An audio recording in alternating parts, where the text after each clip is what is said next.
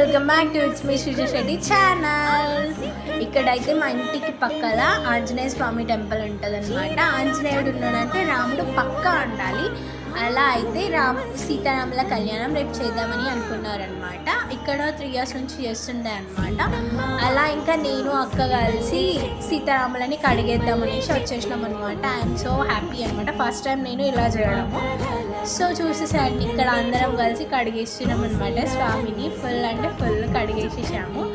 ఇంకా ఇలా నీట్గా కడుగుతున్నాం. దేనికంటే రేపు శ్రీరాముని కళ్యాణం కదా, దట్స్ వై. ఇదే అనమాట టెంపుల్, చాలా బాగుంటుంది. ఇంకా చెట్లను అన్నిటిని కూడా వడిసి చూడండి. స్వామికి మంచిగా వాటర్తో ఇలా కడుగుతుంటే మాకు ఒక వైబ్ వస్తుండే అనమాట. సో మీకు మీ కుటుంబ సభ్యులకి హ్యాపీ శ్రీరామనవమి. ఇంకా ఎలా కళ్యాణం అయింది అవన్నీ కూడా చూపిస్తా. జస్ట్ ఇది వాష్ పాప్ అంటే ఇప్పుడు వాష్ చేస్తుండే కాబట్టి ఇలా. ఇంకా నెక్స్ట్ చూపిస్తా అనమాట స్వామికి కళ్యాణం ఎలా అయింది, మేము ఎలా ఎంజాయ్ చేసాము, శ్రీరాముని ఆశీర్వాదం ఎలా తీసుకున్నాం అనేసి.